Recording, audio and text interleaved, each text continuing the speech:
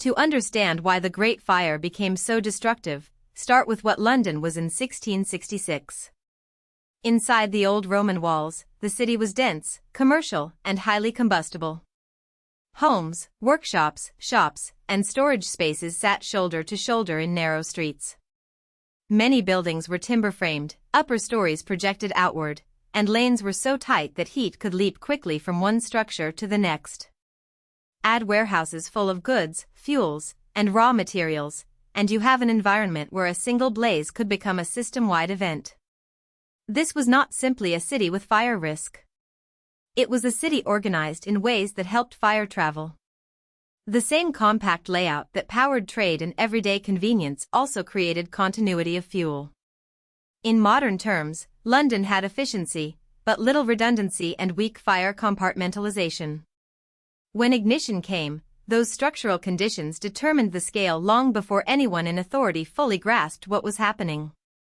The fire began shortly after midnight on Sunday, September 2, 1666, in a bakery on Pudding Lane. At first glance, that sounds like a local incident. But timing and weather made it dangerous from the start. A strong east wind drove flames into neighboring buildings while most residents were asleep and response was slower. Fire in dense wooden districts does not spread like a neat line, it spreads through multiple mechanisms at once. Direct flame contact ignites nearby walls, radiant heat dries and preheats structures farther away, and embers are carried downwind to start spot fires beyond the obvious front. Once several of these processes run together, suppression becomes less about one burning building and more about preventing a chain reaction. That chain reaction took hold rapidly. By dawn, what should have been an isolated emergency was already outrunning routine response capacity. The Great Fire was born in those early hours when speed, wind, and city form combined into momentum. London's most effective anti-fire strategy in the 17th century was to create fire breaks by demolishing buildings in the path of flames. It was harsh but often necessary, remove fuel ahead of the front, and the fire loses continuity. The problem was decision latency. Large-scale demolition touched property rights, compensation, and political accountability, so officials hesitated.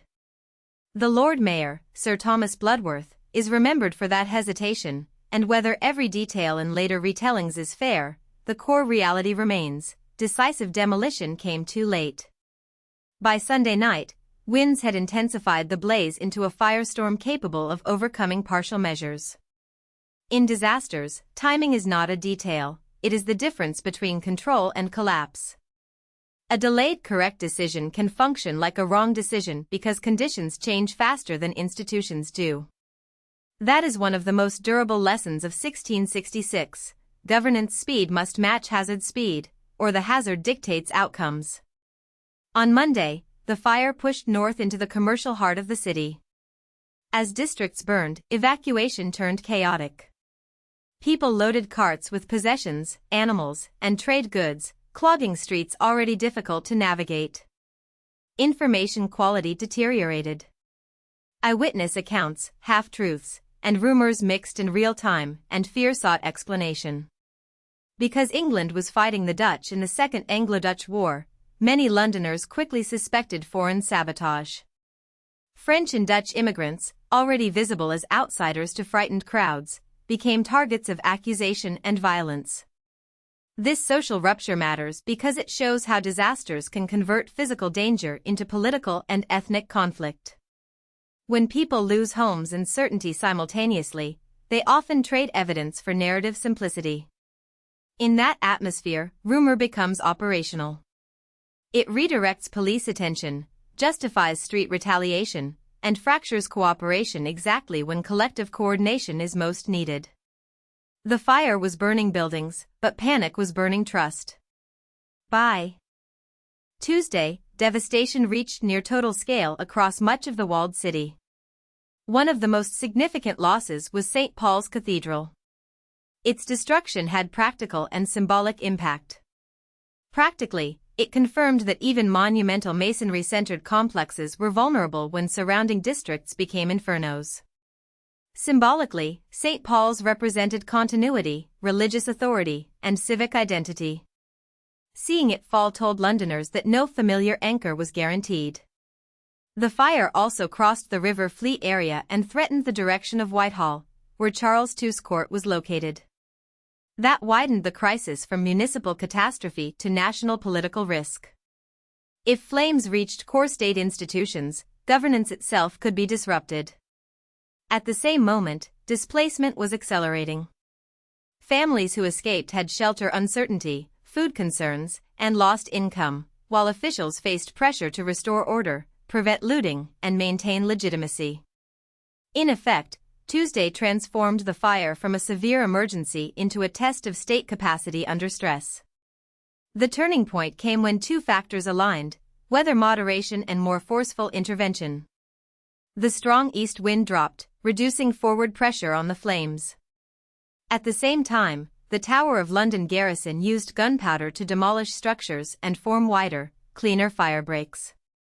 This tactic was dangerous but strategically coherent. In large urban fires, direct extinguishing can fail when heat intensity is too high. Structural interruption, by contrast, attacks the fire's logistics. If flames depend on continuous fuel corridors, then broken corridors force fragmentation. Once fragmented, separate fronts can be managed with available manpower. That is what happened. The operation did not erase losses already suffered, but it halted further runaway expansion, especially eastward. This phase shows that effective disaster response combines adaptation and decisiveness. Authorities could not control the wind, but when wind conditions improved, they finally paired that opportunity with actions proportionate to the threat. Timing and scale finally matched the problem. When the flames were contained on Wednesday, the immediate danger receded but systemic consequences began. The city's social and economic machinery was deeply damaged. Housing loss created large refugee populations, business loss disrupted employment and credit, storage loss interrupted supply chains. In a commercial capital, these effects propagate quickly because livelihoods are interdependent. A destroyed shop is also a supplier gap for someone else, a debt default risk for another, and a food access issue for residents nearby. Charles II encouraged movement away from London, partly to reduce pressure and partly from fear that dispossessed masses might rebel. That fear was not irrational in context. Crowds with grievances, scarce resources, and uncertain leadership can become politically volatile. Authorities therefore had to manage relief and security simultaneously, while also planning reconstruction. The post-fire phase reveals a key truth: disaster does not end when flames stop. Recovery is a second crisis with different tools and longer timelines. After destruction on this scale, planners proposed ambitious redesigns for London, including straighter avenues and more rational street grids. These plans appealed to logic: wider routes could improve circulation, commerce, and fire resilience. Yet most were not implemented. The rebuilt city largely followed the previous medieval street pattern. Why? Because urban form is constrained by law, property, and urgency. Land ownership claims were complex, compensation disputes were inevitable, and the economy needed fast restart. Radical redesign would have required centralized authority, extensive financing, and prolonged legal settlement, all while thousands needed immediate normalcy. So reconstruction favored feasible continuity over ideal geometry. This is often misunderstood as lack of imagination, but it is better seen as institutional reality. Cities are negotiated systems, not blank canvases. Even after catastrophe, path dependence remains strong. The London outcome teaches that rebuilding choices are usually determined less by architectural dreams and more by what governance can coordinate under pressure. The death toll remains debated. Traditional narratives often report relatively few confirmed fatalities, but some historians argue that figure likely understates true losses. 17th-century records were incomplete, especially for the poor, transient, and socially marginal. Extreme heat can destroy remains, and mass displacement complicates identification and registration. Beyond direct fatalities, there were secondary harms that official counts rarely capture: injuries untreated, illness after displacement, exposure, and losses tied to hunger or stress. There was also violence connected to scapegoating during the fire. So a narrow numeric debate can obscure broader human cost. The more careful approach is to recognize uncertainty while expanding what we count as harm. Historical disasters are not only death statistics. They are disruptions of security, dignity, and continuity. In that sense, the Great Fire's toll extends beyond what contemporaries could document, and beyond what later memory sometimes prefers to simplify. The Great Fire of London endures because it is a compact case study in how cities fail and recover. First, vulnerability was cumulative. Combustible materials, density, and narrow routes created high baseline risk. Second, crisis governance lagged hazard escalation, and delayed authority amplified damage. Third, information breakdown and wartime suspicion converted fear into social violence against immigrant groups, proving that communication is as critical as water and tools in emergencies. Fourth, containment succeeded when responders combined favorable conditions with decisive structural tactics, especially demolition firebreaks at sufficient scale. Finally, reconstruction showed the limits of visionary planning when property law, politics, and economic urgency collide. These dynamics are not trapped in 1666. Modern cities still wrestle with infrastructure fragility, decision bottlenecks, rumor-driven panic, and inequitable recovery.